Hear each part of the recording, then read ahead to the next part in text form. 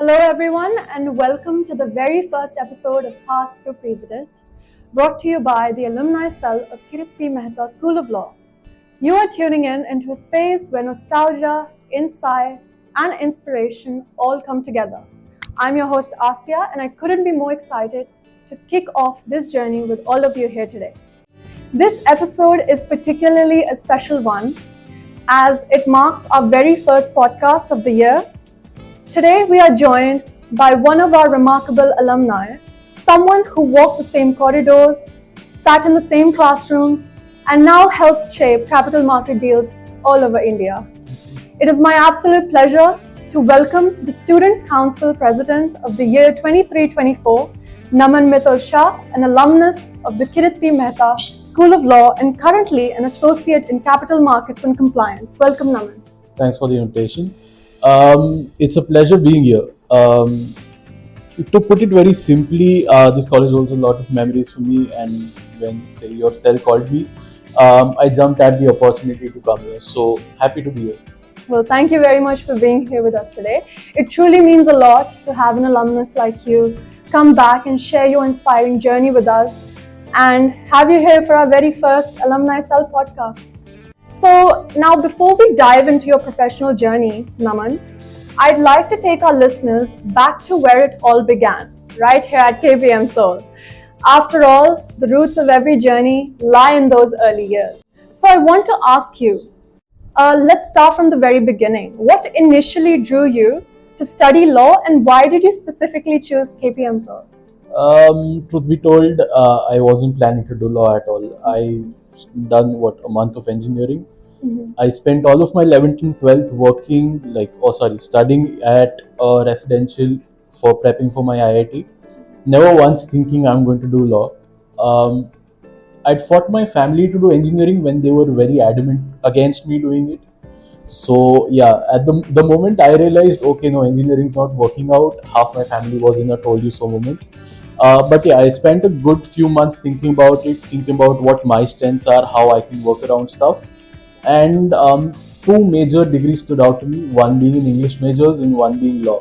So then I spoke to a few seniors who were in the practice as well as a few school seniors who were studying law at that moment in time. And they were all very vocal about how law is a great profession and there's a lot to do. I spent another month. Turns out I was a week close to the CLAT deadline. Filled in the form, and then started deciding what to do, how to study, how to go about it. Because I was out of it. I had prepped for IIT and I had done nothing. And then I gave the CLAT, the CET.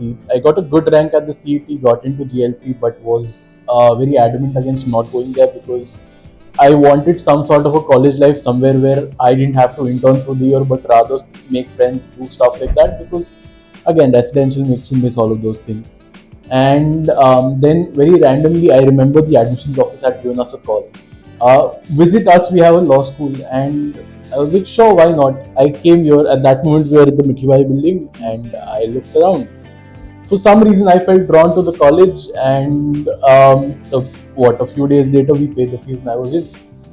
And that's how I got into KPMSoL. For law was more law by chance than anything. That's very interesting and insightful. And it's never too late. You can always change your mind. Exactly. So now I want to move on from a more serious to a more nostalgic. College life is never just about classes and internship. It's also about the little memories and the little moments that you make along the way that always stick with you forever. So what is one memory from KPMSoL that still makes you smile whenever you think about it? There's not one memory, but I'd say I've never spent enough time inside my classes. Apologies to the teachers, of course. But yeah, I think the memories we made in that corridor, as well as with the fests and everything, those are the memories that randomly show up, especially when you're going through a tough time and make you smile. So yeah, I don't have one specific memory, but there's a lot of them with my friends. Oh, I love that. And were there any friends or mentors during your time that played a big role in shaping your journey, like either professionally or even personally? Oh yeah, I have a laundry list of friends and mentors that as such would have shaped my journey. My best friends, who I know you guys know who you all are, as well as my seniors who were great to help me. I had mentor seniors from the 5th year right down to the 2nd year when I joined. And then, of course, I also had a bunch of great teachers who were more friends than, say, teachers at that moment in time. And over the 5 years, I've done everything. I've pulled every single tantrum I could, and each one of them has stood by me and ensured, as such, that I have a platform to put forward my ideas and put forward my thoughts. And that's how, say, I remember KPMSoL and how I am right now. That's very true. Guidance really helps boost confidence as well as like self-esteem as well, and also encourage and motivate us, to do better. Okay, now time for something a bit fun. If you had to capture your entire college life in just 3 words, which ones would you pick? So just a whole summary in 3 words. That's tough, because I don't think I can put my college life down in 3 words. But to put it simply, I think it was fun, it was engaging, and it was a learning experience. Let's put it that way. Well, that's a great choice of words.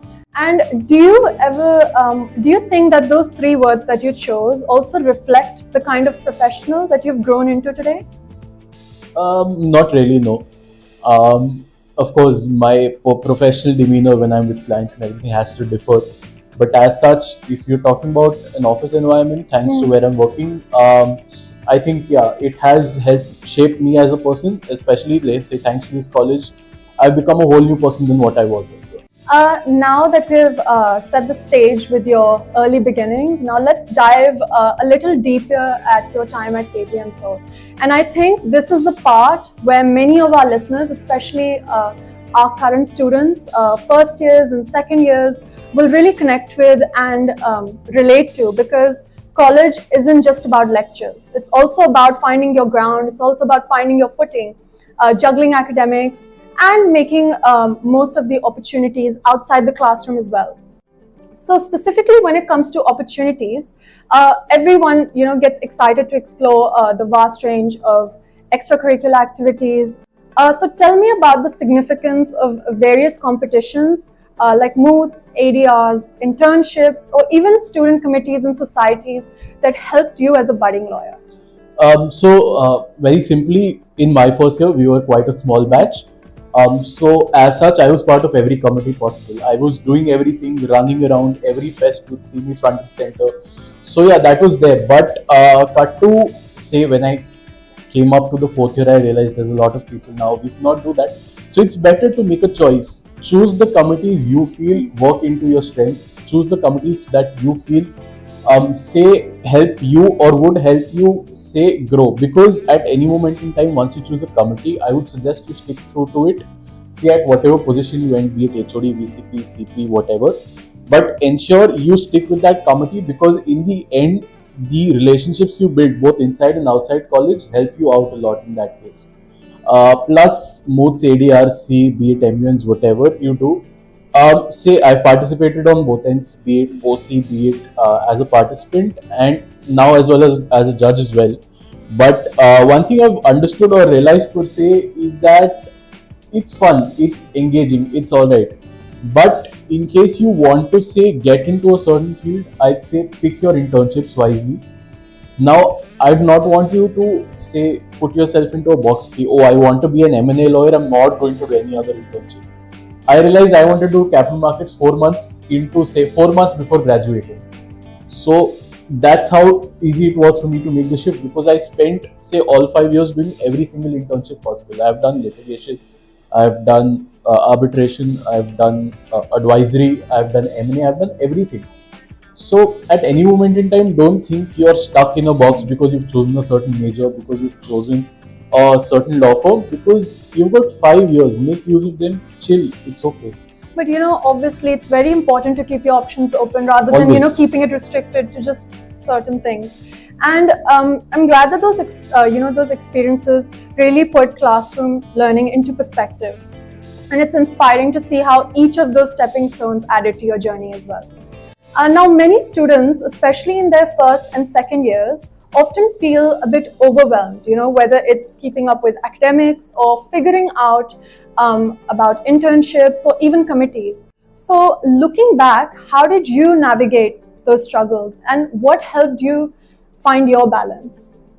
Truth be told, okay, I had a very supportive family, but second most important thing is I didn't care enough. So coming to academics, I was, again, it comes from IIT prep, but as such, what I learned was, if you don't care enough about the subject, but you care enough about knowing what you know and you're being good at what you know, the marks will flow quite easily. I think Rancho said it. You chase excellence and marks will follow. Always.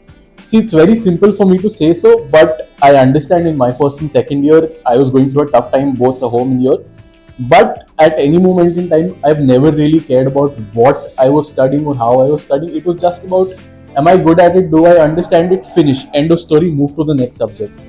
Because see, law as a profession, we're never going to stick with the letter of the law. We're going to move to interpretations. We're going to interpretations. I think you all have as a subject as well. So you're going to move to multiple interpretations, multiple judgments that say shape that interpretation. So it's more important to understand the law than rote learn the law, and that's how I was more relaxed during my first and second years. And moreover, take part in your fest and everything. Get a great release from all of your workload, be it internships or academics. So, do you think it was more of like a trial and error, or did you like eventually find a strategy that worked for you? I never had a strategy. Okay. I was, as I said, with academics, it was always, if I understand it, I don't know the sections. If you ask the faculty right now also, none of my papers have ever had sections written or case studies or laws written into them, because I never really remembered them. I wasn't good at remembering that stuff. But what I understood was, if I know what the law is trying to tell me, I will be able to convince the teacher that this is what I'm trying to say, but say in 200 words or 300 words. So yeah, that's always been my strategy. If I understand it, I'm good. So you were a bit more laid back, Yeah. chill regarding. And obviously, everyone is different, and people must really experiment and then figure out what strategy works for them. Yeah. But I'm glad yours helped you pave your way through. All I'm going to say is, believe more in yourself than Yeah. anyone on earth. There's going to be people who are going to tell you a million different things. I have my way of working. You will have your way of working. Just one thing, as I think there was this one reel that was going around that said, believe in yourself. That's all you need to do. Keep believing in what you do, and I promise you, by the fifth year, results themselves will come. So I know I mentioned this at the start as well, but I'll just mention it. Law school isn't, all about textbooks and things. So it's often the people and the moments that really leave the deepest impact. So were there any professors, or were there any peers, or even any specific event that you experienced here at KPMSoL that had the biggest influence on your journey? Okay, I'll take this in parts. Yeah. Teachers, peers, and Yes. moments. Teachers, I think two teachers that always come to mind would be Minchi ma'am and Richa ma'am. Mm-hmm. They've been more than family for me, so much so that both of us will reach out to each other for, say, advice or anything of that sort. And Himanshu sir also to that extent. And moving on, I think with peers in my batch and the batch before me, I've made a set of, say, 8 to 9 friends who I know have been my strength, my spine for, say, the longest time, and even in the batch after me rather. And that is how I have as such been able to shape myself as a person. And I think the one moment as such, if you ask me, that sticks with me is the fun we had during Parakram 2022 or 23, I'm not sure. Yeah, 2023. That was the year we had quite a ball of a time, because as such it was crazy, because again it was my first term in the student council, again as PR head, and one of my closest friends was helming the committee itself. So we've had a ball of a time both organizing and pre and post organizing, so that memory sticks with me. That's really good. And sometimes, it's the mentors or even that one defining moment that stays with you for life. And I'm sure many of you are probably thinking about their professors and their peers shaping their paths as well. So thank you for that college experience, Naman. Now moving forward, you've built your legal career in India's premier full service firms. and we will get through that later. Known for its deep expertise in capital markets, mergers and acquisitions, and corporate law. But before we get into the details, I'd love it if you could share with your audience, in your own words, what exactly do you do today, and could you give us a snapshot of your professional role and what it involves? Okay, sure. It's okay to put it very. It's very simple. What we do is we do due diligence, because as such, if you read, say, the SEBI ICDR, LODR, and the Companies Act provisions, you'll understand that companies have to go through a certain set of rules and regulations before, say, they even exist as a company, and then further on when they want to become a public company. So the delta between being a company and becoming a public company, or a public listed company rather, is where we step in. And as such, what we basically do is we ensure that the documents are in order. We draft the say placement document per se, or the offer document, from where they're able to say show the SEBI that they're compliant, or show the stock exchanges that they're compliant with the law. And further on, what we do is ensure, or say consult with our clients to ensure how they get in compliance with, say, the SEBI ICDR and LODR provisions, draft the offer document, take in confirmations from all parties, and then help them list on to, say, whatever stock market they want to, be it NSE, BSE, or for that matter, they want to raise funds if they're already a listed entity. So that's a brief of what we do, because it's more of a niche, and to explain it would mean reading into every single form, and that would bore you guys. It's okay. That's a concise way of putting it all together about your work, and it's really inspiring for all of us to see how the foundations that you built in college can really translate, to an impactful role in the legal profession. So, working in the capital markets, you have to juggle like technical regulations, commercial strategy, client pressures, and even deadlines. What is one skill that you developed here in your college, or through even your early internships, that still proves invaluable in your day-to-day work? I think my ability to handle people. As such, I still am very short-tempered, but thanks to this college, and thanks to, say, my peers, teachers, and of course the administration, I understood how to handle people, how to handle, say, a lot of paperwork, or for that matter, everyone has their own way of working, and how to ensure you fit into that cycle. Because again, as I've told you, I'm quite laid back. I don't have that in me to care enough. So to understand all of that, and to, say, build myself into a good lawyer, I think KPMSoL left me there that way. That's a practical takeaway. Now, I want you to guide your viewers on how to get into this field, as well as some do and don'ts that they must personally follow. There are no don'ts with capital markets. The one thing I've understood is, okay, full disclosure, I did only 6 months of capital markets as an internship before I stepped into the field, so I'm as raw as any of you guys. Very simply, it's nothing. Capital markets, if you want to get into the field, I'd just say do a GC or an M&A internship first. So as such, it's more important to understand how to do due diligence, and capital markets at most places expects you to know it already. So I would suggest you do a GC or an say M&A or a funds internship first. Look at how due diligence functions. Look at how, as such, it builds you, or you like it firstly because it is really mechanical, and then, say, reach out to firms. There are certain firms who do a lot of capital markets work, but not major clients. Those are the firms that suggest you look out to first, because what happens is those firms will teach you the nitty-gritties, and then if you get a job there, well and good. If not, look at interning with tier 1s, tier 2s, whatever. Say, build your CV, and then accordingly apply for a job. I understand the markets are a bit up and down right now, so it's not too great. But as such, that's what I did. I worked at a firm that had a lot of clients, a lot of work at any moment in time. Learned a lot under my partner there, as well as from the clients. I built great relationships. And now at Trilegal, I'm working with extremely massive clients who, as such, are people who are far more diligent than I would be, and with a group of peers and mentors who are also great at what they do. So my work at the earlier firm, as well as my internships, helped shape me to a better lawyer when I'm at Trilegal. And I'm sure that the first years and the juniors are mentally jotting that down right now because it will surely help them as well. Oh yeah, also by the way, don't do your M&AGC internships before your third year because you won't know any sense of company law, and I don't want you sitting and say battling a partner who expects you to know everything. So take your time, do it at the third year or your fourth year or your fifth year. You have a lot of time, make use of it, and don't worry. Now, every profession comes with its unique set of challenges as well. Now, from your vantage point, what are some of the biggest challenges facing the legal profession today, and especially in corporate law and capital markets, and how do you personally navigate them?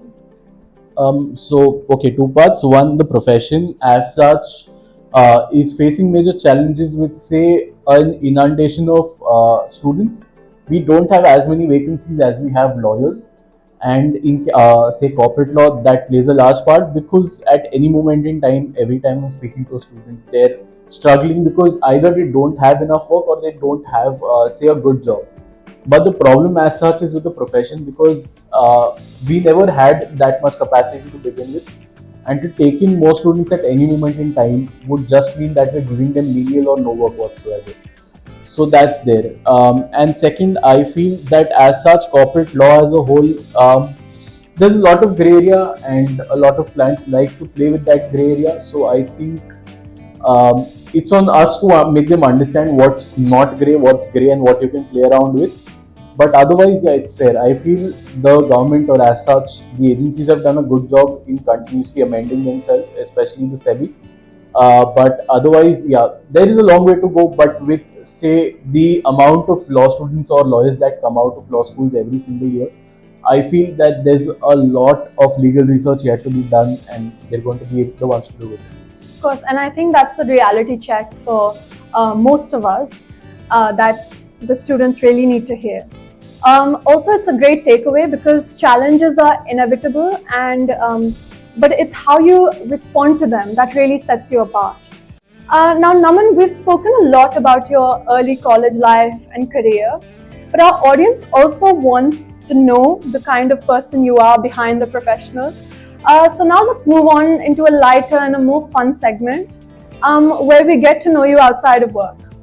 So I want to do a rapid fire round with you where I will ask you some fun personal questions and you will have to reply to them.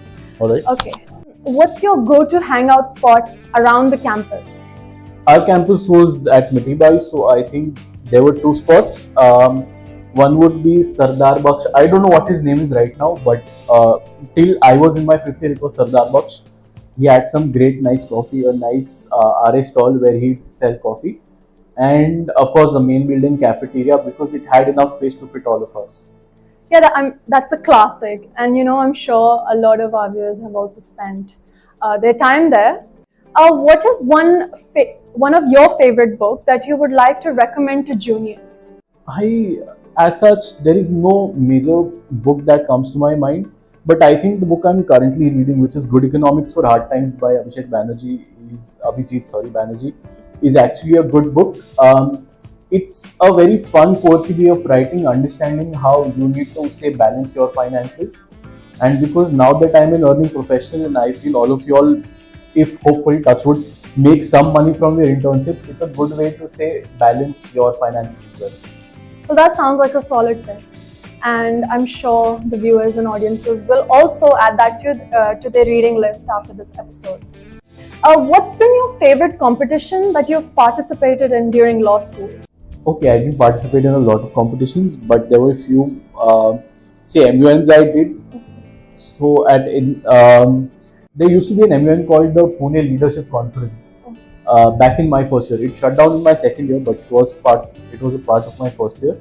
And at that moment, I think about 20-30 kids from my batch, and then 10-15, 5-6 people from the batches above. All of us went in a large convoy of cars just to participate, and the fun we've had both at the conference and after the conference, it was great. So I think it helped me build a lot of connections in my first year, and that's how I think that was a fun time. Well, that sounds like an incredible experience, and obviously competitions really shape how we grow in law school as well.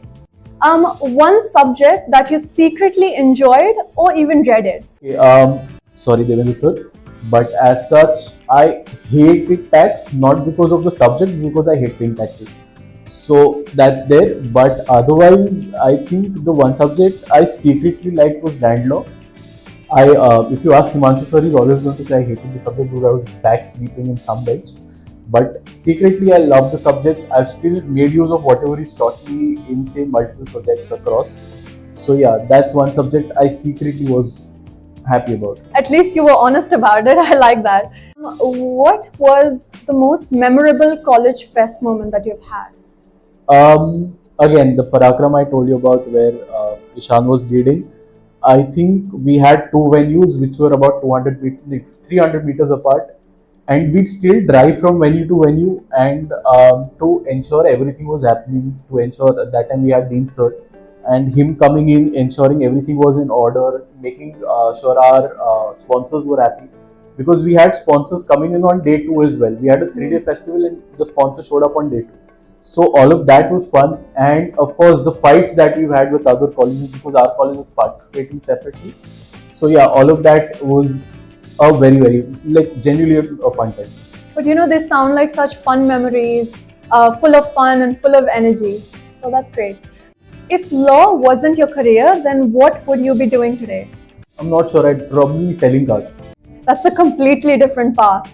But you know, it's always fun to imagine the what if scenarios. You know, could you share like a movie or even a podcast recommendation for our audience? Full disclosure, I podcasts usually like go on for about 2-3 hours. Don't have that much time because at any moment in time I'm going to have a client calling. But the movie I'd suggest would be The Big Short because I think the way people have acted as such. See, I've read the book as well by Andrew Sorkin and it's been great. But to say put that book into a movie and have people like Steve Carell act it out was actually great. So that's there, and yeah, practically it. I feel you should watch The Big Short because again we're moving towards a bubble ourselves, and that's there. And of course, now that this podcast started, I think I'd suggest this podcast you should tune into. But that's there. Well, of course, and I hope the viewers, you know, really take his recommendation. What's your favorite driving route or even a favorite destination when you just want to unwind, you know, away from work? So driving as such helps me clear my head. Of course. It's something I bonded with my seniors over because I think one of my seniors, Ashish Rebello, and I used to drive from say home to college, and it used to be our say competition to see who reaches the fastest. Each one of us had our own records, each one of us had our own routes. But right now, I think with the advent of the coastal road and my office being in Prabhadevi, I usually will take a longer route, drive all the way to Nariman Point, take a U-turn from there, drive back through the coastal road and then go home. Because that just helps me say जितनी भड़ास client के लिए है या जितना गुस्सा आ रहा है वो सब वो रास्ते पे निकल जाता है, समंदर है, रास्ता अच्छा है. And that's how I say let out, calm down. By the time I'm home and I have to still work, I'm a much better person than I was when I sat in the car. And I think my favorite destination perpetually would be Lonavala. You put a blindfold on me, I will still drive to the exact spot I want to go to there. So that's there. These two things, say the reason I put loving to drive as a hobby is because that's something I'm able to do every day, and it helps me be a better person. Road rage aside, it helps me be You know, sometimes it's really good to let it out. And obviously, Mumbai has such good destinations, you know, where you can unwind, go to. So it's nothing like the open road to clear your mind. Now, law school isn't obviously about academics. It's also friendships, late night study sessions, and plenty of laughs as well. So, any fun or memorable anecdote from your law school with your friends and from your law school days that still brings a smile to your face? Okay, full disclosure, I used to stop studying at 9 p.m. because after 9 o'clock, I would rather say watch a movie or sleep because we used to have say early morning college at that moment in time and I lived 30 kilometers away. So that's there. But otherwise, I think the one memory we had was in my first year, we had a orange alert, but we still had college because, as is with every orange alert, there was no rain whatsoever. So we were in college, and randomly it started pouring out of nowhere, pouring to an extent where the road outside the Nehru Nagar Basti got packed, and there was no way for me to go. And I, at that moment, used to have a low-riding sedan. It was my desire. So I've taken 9 of my friends, packed them into my car, and driven out onto a flooded road. So much so that water started seeping in into my car. And I've driven to this building from Mitibai, and that's when I've realized my feet are wet. And I'm like, गाड़ी के अंदर पैर गीले कैसे हो रहे हैं? तब देखा तो पानी है. सबको उतारा. गाड़ी I parked in the gully here, in a flooded gully still, and then walked out. But that 15-minute drive from Mitibai to here was the best drive we've had, because I've had people screaming in the back seat because there were 7 people in a 3-seater back seat, 2 people sitting beside me. I can't see anywhere, and they're still trying to adjust, and the shouting, the screaming, it was fun. I think we still have pictures somewhere, but yeah. And then of course I called for my father, who came pick me up and everything. But we've picked up each other, walked on a flooded road, and all of that just brings back memories where we're like, oh God, we did all of that as well. Wow, that's such an interesting story that you've narrated. And you know, Mumbai rains can get quite scary, and they're very unpredictable as well. So, well, that's it with that segment. And thank you for sharing these lighter and personal stories with us. It's always refreshing to see that human side of our accomplished alumni, and I'm sure our listeners will really connect with these moments. So, listening to your journey really makes us think about the kind of support and direction students look for during law school. Guidance and mentorship often becomes the compass. So, Naman, I'd like to shift gears a little and ask you about your perspective on mentorship and role it has played in your career. So, looking back at your journey from law school to now an associate, what kind of guidance or mentorship played the most significant role in shaping your career path? I think, of course, when I started college, I had luckily a few mentors from the 5th, 4th, 3rd, 2nd year who helped me understand how to say navigate college dynamics. But most importantly, I think my presidency predecessors, both Saloni and say Kanishka, as such, helped me understand how or what you need to do as, say, a president. And then, of course, one thing I learned from my mentors was to be shameless. To have an ego kills you, as especially a law student, because the moment you start, say, asking of what your senior can do for you or what your mentor can do for you, is where you start restricting yourself to what you want. Because at any moment in time, as I said, the markets are really dry. It's more about getting in somewhere than getting what you want to do. So it's more important to be shameless, reach out to whatever alumni you want to, speak to them. See, most of us are as such very nice, hopefully, but you reach out to us, we'd be more than happy to help you out. Say, give into your CV, like say, refer you to people we know, or say, read through your CVs and help you understand where or what you need to do in the future, or say how to improve on it. So my mentors as such taught me just one thing, and that is to be shameless when you're asking for help. Reach out to them, speak to them. No one's going to bite. It's very simple as that.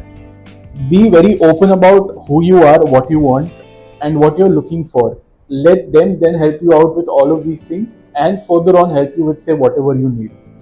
Most of, say, our alumni as such are the sweetest people I've known. I still am in touch with a lot of them, and they have been great with, say, my job right now. I have a lot of people from batches early on, as well as life as a whole, where in case I'm stuck somewhere or in case I need some help with, say, my tax filings or something of that sort, I just text them that, oh, what do I do now? Because now my Form 16s come this way and I want it a certain way. And they've helped me out that way. So it's more important to, say, build a friendship with your mentor. The mentorship will happen on its own. That's a really good point, because the students mostly hesitate to reach out, whether they'll get a response or not. So it's reassuring to know that there are many approachable ways to start these conversations. Just one thing though. Yeah. When I've said shameless, just a very major rider or a more important pointer as such would be, don't say forget the laws of texting or forget the laws of being formal with someone who's older than you. Because a lot of times we've had children from say our college as well as other colleges reach out to us, and the language used in the message was slightly uncouth. So I'd suggest not using uncouth language, but otherwise try to be more friendly. Be say nice in simpler terms. Of course, that's a very good point. It's been such a wonderful conversation, Naman. From your college memories to the intricacies of your professional journey in the legal field, we've covered so much today. But before we close, let's take a step back to where it all began again. And picture yourself on your very first day at KPMSoL. Nervous, excited, and maybe a little unsure. So if you could go back on your very first day of law school here, what is one advice that you would whisper to your younger self? There is no advice whatsoever. I'm very proud of the way I lived through law school, and honestly, had I given myself that advice, I don't think I'd be where I am right now. It's more important to wing it along the way. That's a really powerful note to end it with. And I think our listeners, especially the current students, will really carry that with them as well.